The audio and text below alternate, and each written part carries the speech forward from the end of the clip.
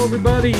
Welcome back to another edition of Sportsbook Confidential. I'm John Sullivan coming to you from the FingerLakes1.com studios in Seneca Falls, New York. And this little program here is to help you learn and grow as a sports bettor. And great to be back on another beautiful Friday. It looks like a green Christmas from here, but we'll see. I want to thank Brian for joining us last week. And he's on a little siesta for the holidays, and I hope he has a good time, and I'm sure he'll come back and visit soon.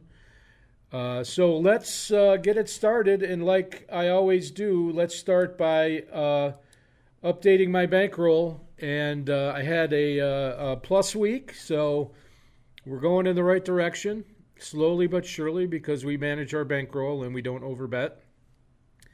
Being selective as always, talking about our past lessons there. So started last week at 649 as my bankroll, and I had the Capitals minus 1.5 goals was a loser. The Texans over on Saturday against the Jets, that was a winner. And then the Broncos minus 2.5. That was a loser. Tough loss for us there. Some questionable coaching. The Steelers plus 2.5 against the Patriots, that was a winner. Plus 24. And the Eagles plus 11.5. They won outright. Was a winner, and that was plus $20. So if you do the math there, that was a net gain of 20. So our new bankroll is now 669. And dividing by 30, as we always do, our new bet size for this week will be $22. So since it's the holidays and it's, kind of a slower sports week, I decided instead of doing a complicated sportsbook lesson that maybe we should just go ahead and look at some Super Bowl futures. Since last week we did the college hoops futures, and we'll be talking about college hoops more either next week or the week after that going forward. But now is a great time to look at futures for the NFL because the playoffs are around the corner, and especially since the seedings and the teams that get in are unsettled a little bit, you can find great value depending on what may unfold in the next 2 weeks.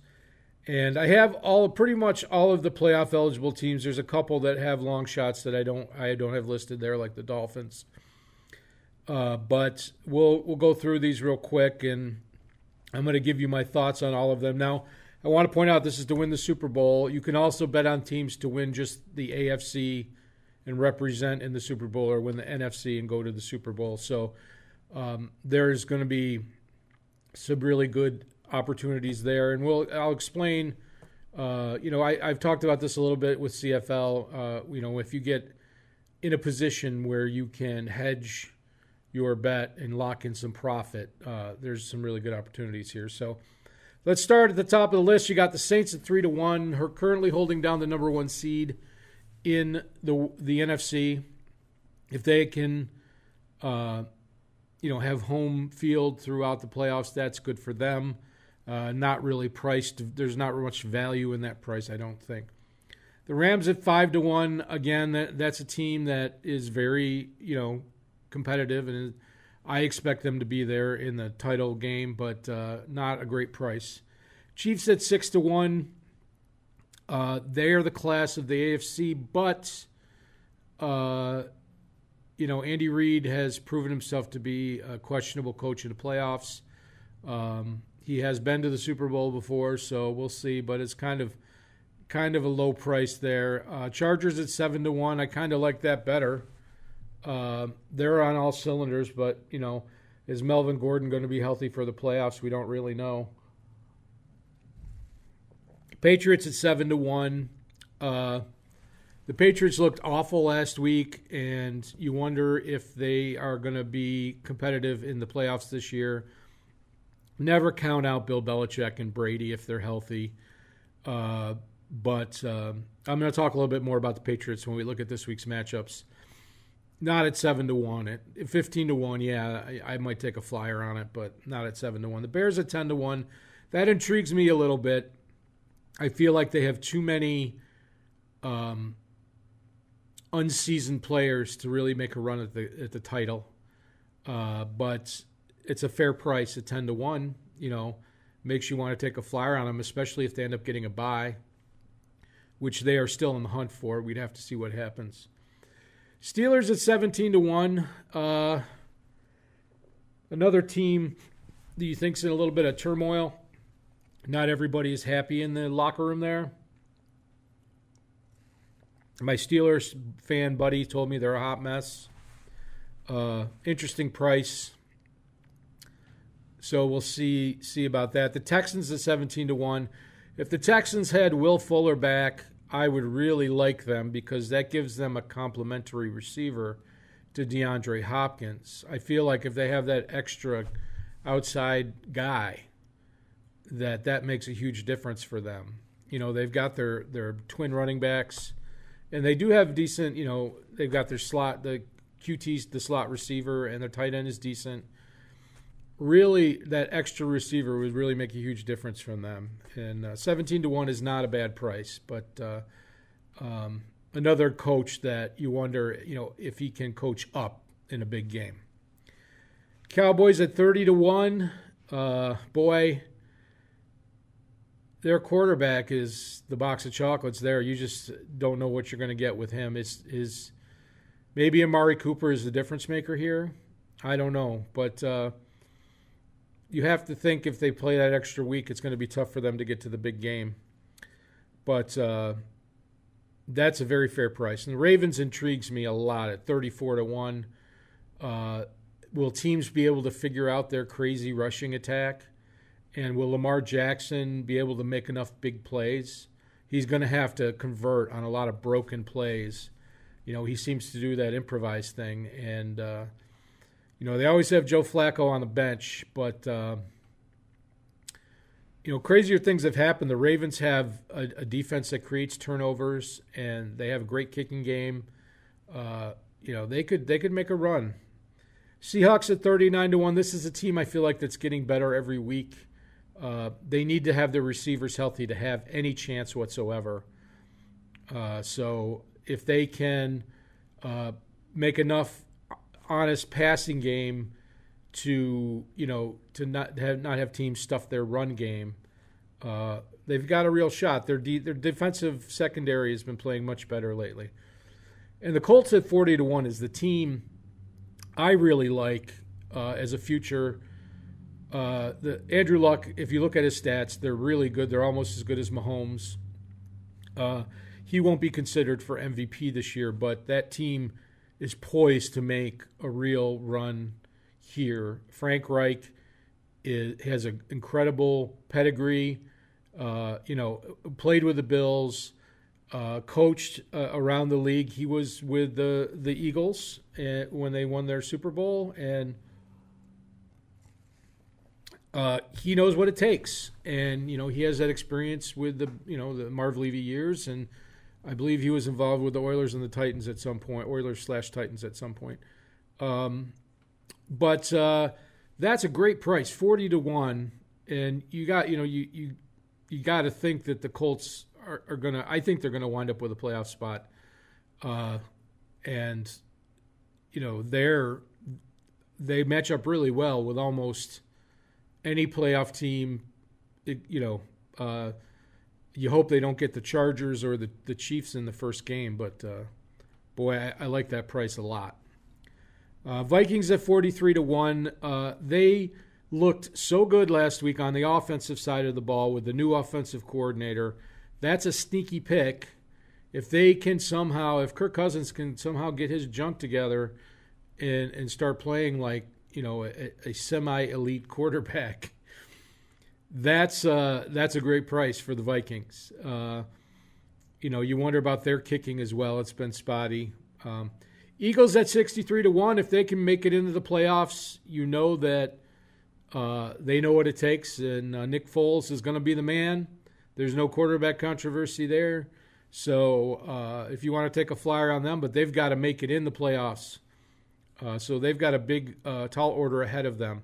Titans could sneak in, and the way their running game is going, boy, they could be a tough out at 87-1.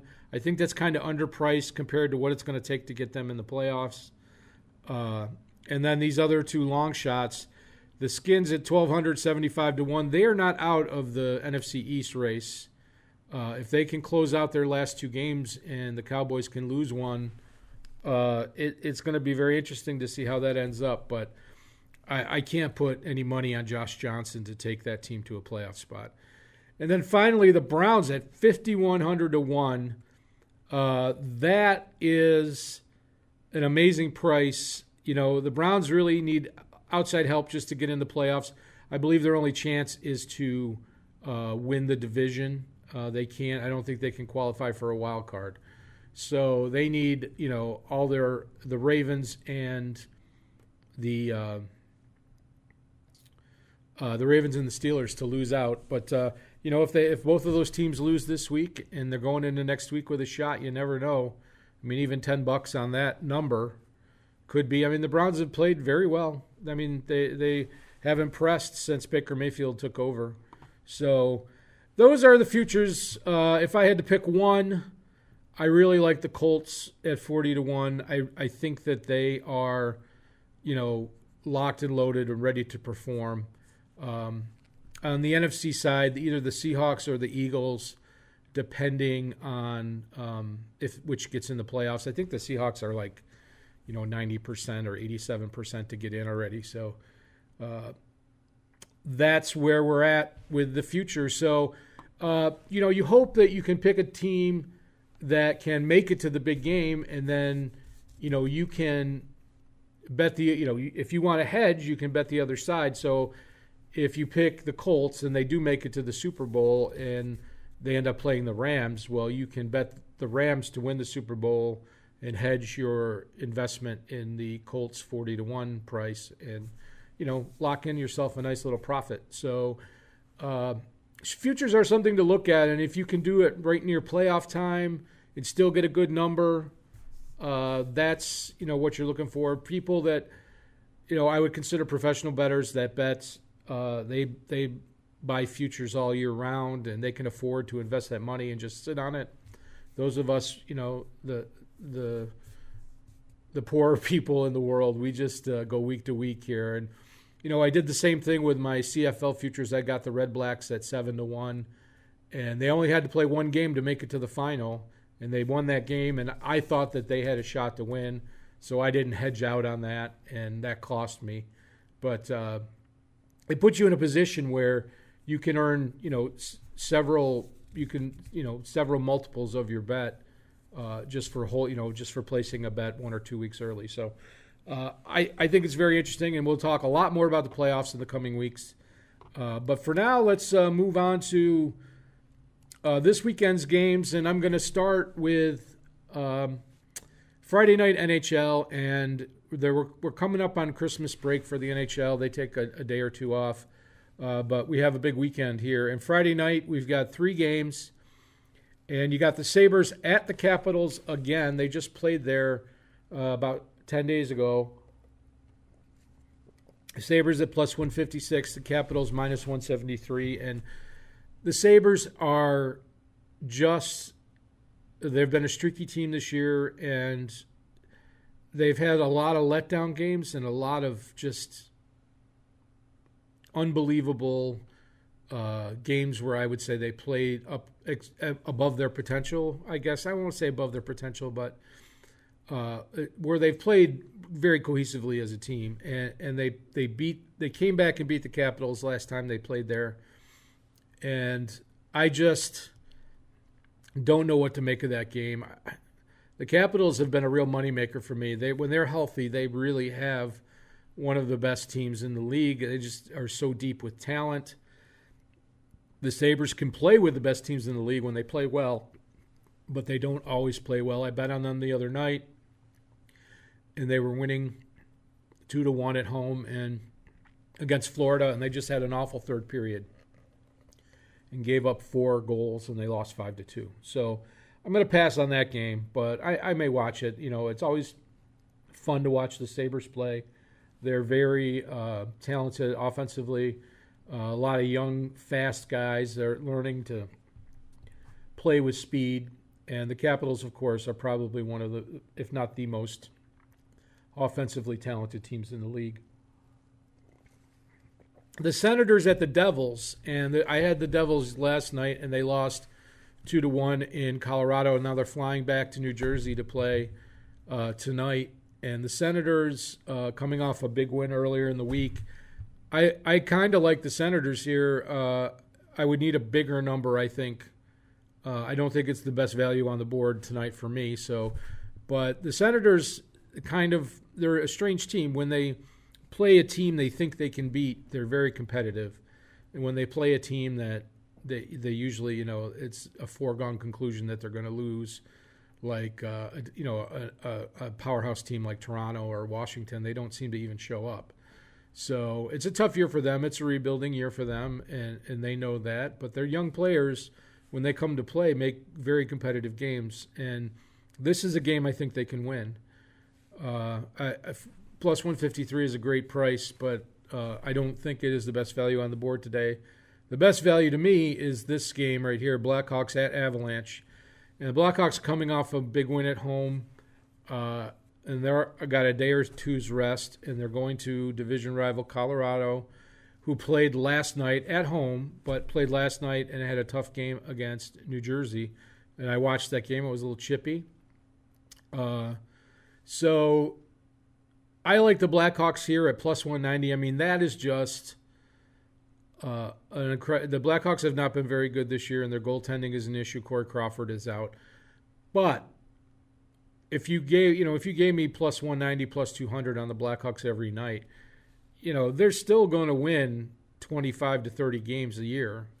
So that's an incredible value, an incredible price for an NHL team when you think the game is going to be competitive. And I think this one will be because of where the teams are at today. So that's probably what's going to end up on my list at the end of the show. We'll see. So that concludes the hockey portion, and we're going to go right into Week 16 of the NFL. Now, the NFL has stopped Thursday night games, but they play on Saturdays and Sundays now, and of course the Monday night game. So with 2 weeks to go in the season, these are the games that either involve the local teams or I think are of most interest. I didn't put every game up there. There's some real stinkers this week, but we'll just start with the Saturday, the Ravens at the Chargers, minus 4.5. Now, this is a great matchup for a lot of reasons. The Ravens need this game big. The Chargers are fighting for the number 1 overall seed since they just beat Kansas City last week. And Chargers are favored by 4.5. The total is 43. And, the Ravens are considered to have a good defense, but their games usually end up being pretty high scoring because of the turnover factors. And I feel like in this game, the 43 is just way too low of a total. The Chargers' defense is good. They got Joey Bosa back. And the Chargers do sometimes have kicking issues. They usually miss an extra point every week, it seems. But I think 43 is a very doable number here. And the Ravens, need this game. So they are going to go all out, extend the game if possible. The Chargers are definitely, they're going to put up their 20 to 25 points.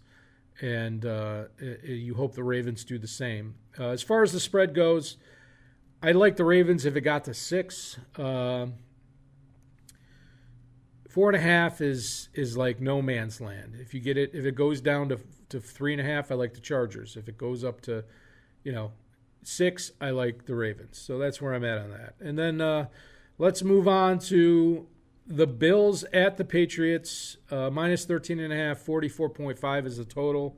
I actually like the over here. The Patriots looked awful last week, but they're going to get some home cooking.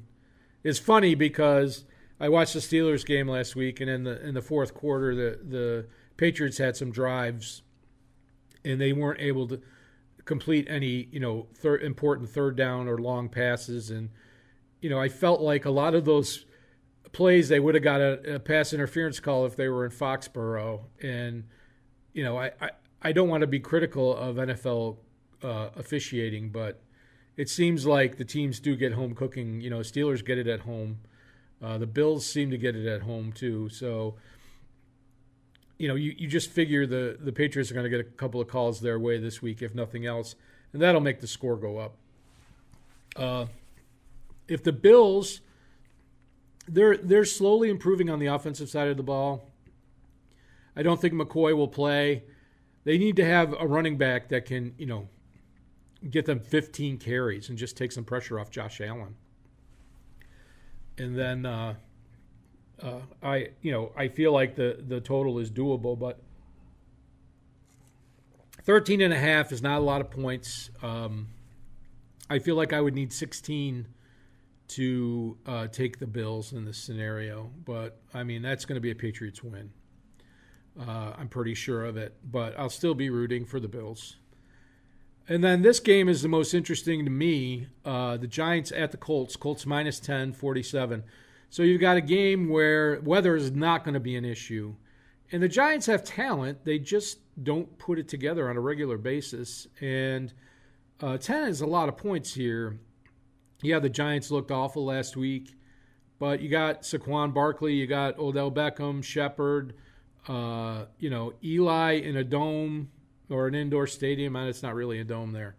But I like the Giants getting points here. 47 is about where the total should be. Colts games are usually pretty high scoring. They score a lot of points and give up a lot of points. So I feel like the Giants can keep this to 10. So that is, I would love it if it went to 11. That would, be huge. I would like it even more there. But that game is on my radar for sure. Texans at Eagles minus 146. Are the Eagles a different team with Nick Foles? Yes, they are. I've always believed that. I wonder if Wentz was playing hurt. He didn't want to lose his starting job again. But he's not going to lose his starting job. He's locked in there as a franchise quarterback, getting paid a lot of money. So, but he's going to be out for the rest of the year. And, this is a game. Both of these teams really need this. Well, obviously, the Eagles need the win to even have a chance of making the playoffs. And the Texans really need to cement their playoff status with a win. If the Texans lose, that AFC South becomes wide open all of a sudden. Eagles minus 1.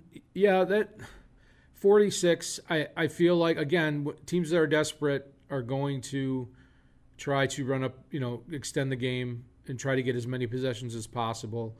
If you're behind 14 points at halftime and it's a must-win game for you, you're going to try to extend the game, and smart coaches know that. Don't really like picking a side or a total here, but a game that has a lot of implications. Packers at the Jets. The New York Jets are at home, and Aaron Rodgers is supposed to play. I don't know why, or other than the fact that he wants to. Don't know what to expect out of this game. Injuries on both sides of the ball. If Aaron Rodgers doesn't have his best receivers, Jimmy Graham has been kind of mailing it in all year. I don't think he's going to be with the Packers next year. It's hard to say. I kind of like the under in this game.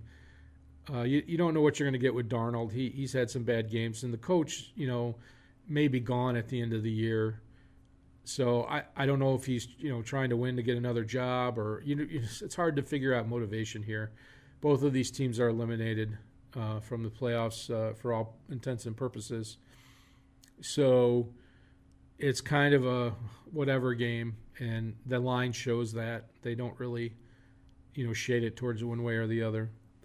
Vikings at the Lions. Lions getting 6 and 42.5. Vikings hummed last week with their new offensive coordinator. They fired their OC the week before. And as I said when we were talking about the futures, if the offense can get their game together, Cousins play a little consistent. He had that awful pick 6 in last week's game against Miami. But boy, can what they have potential to be a real, do damage in the playoffs. And they have, all they have to do is take care of business on their own end to be a wild card. So I do like the Vikings here, but I really like the over 42.5. You feel like Matthew Stafford's team can put up 17, and then the Vikings put up the other 28, and you're good to go. I like the over there. Another indoor game.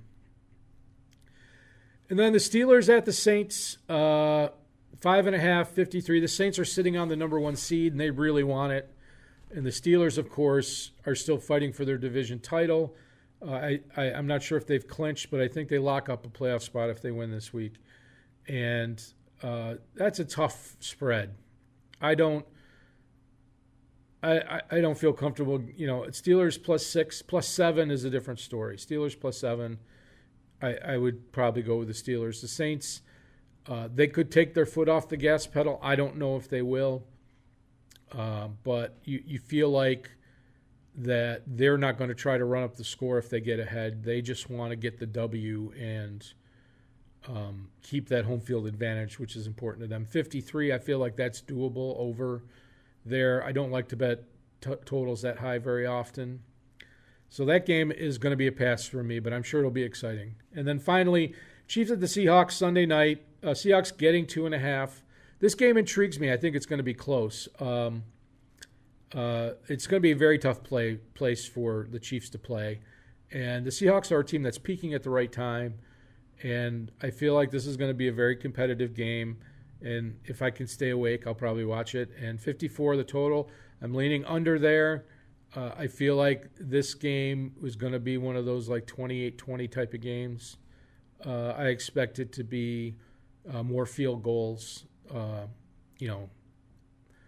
2 field goals for the Seahawks and 1 or 2 field goals for the Chiefs, and that'll keep it under. So before we get into my plays for the week, there are a few things I want to talk about. I got 3 tweets that I want to talk about in the weekend gambling news or gaming news. And the first one is The Score is an app that I actually use to check on scores on my phone. And one of the reasons I use it is it has every league that I follow except for Aussie rules. None of the North American apps have Aussie rules. But The Score does have the CFL, and apps like the Action Network do not. But The Score announced this week that they're going to integrate sports betting into their app in whatever states allow sports betting. So very soon in New Jersey, you can download The Score, and you can also sign up for a wagering account and wager. They're going into a partnership with a local racetrack and online gaming company to provide the interface for the sports betting. And you're going to see this a lot. As a matter of fact, there's another one that was a little more under the radar this week. NBC announces that they have launched a predictor app, and they're integrating Boom Fantasy games within their predictor app. You pick, how many goals is one player going to score, or how many yards are they going to accumulate, and against another player, and usually I think they put a spread in, like Roethlisberger passing yards versus Drew Brees passing yard, and Roethlisberger will be +30 and Drew Brees will be -30 or something like that. Anyway, I'm not exactly sure how it's all going to shake out. The point being that NBC is now launching a sports app, and they're going to integrate another gaming company. This time it's fantasy and not sports betting. But this is going to happen across, if you use Yahoo Sports to look at your scores or whatever app you use, it's going to be integrated with some type of gaming company coming up here in the future.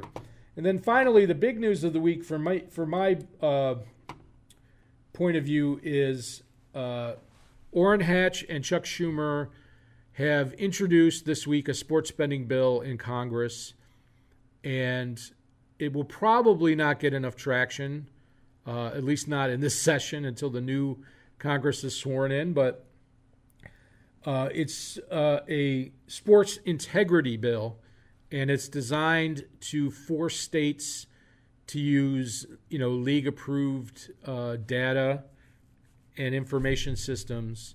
So basically, in my opinion, it's just a shakedown of the leagues are shaking down the all the betting operations in each state, saying you have to use our feeds and you have to pay for them. So I don't know if that bill will pass, but the leagues basically, after losing the integrity fee battle at the state level, have decided to try lobbying through Congress, and that's where we are. So let's move on to my picks for the week, and we'll wrap things up here. So for Friday NHL, I've got the Chicago Blackhawks at plus 190. That number's just too juicy for me. They look like they've finally figured out how to score some goals. I'm hoping that they get decent enough goaltending to win that game. I could see that being a 5-4 game. On Saturday, we've got the Ravens and the Chargers over 43. I said why I like that game. You know, the Chargers are going to put up their 25. You just need the Ravens to come back with a 21 or, you know, maybe somehow get a turnover or return for a touchdown. The Giants plus 10 against the Colts. I feel like this, you know, the Giants are a Jekyll and Hyde team, and this is the week that they're good. The Vikings and Lions over 42.5. The new offensive coordinator for the Vikings seems to have found some new life for them.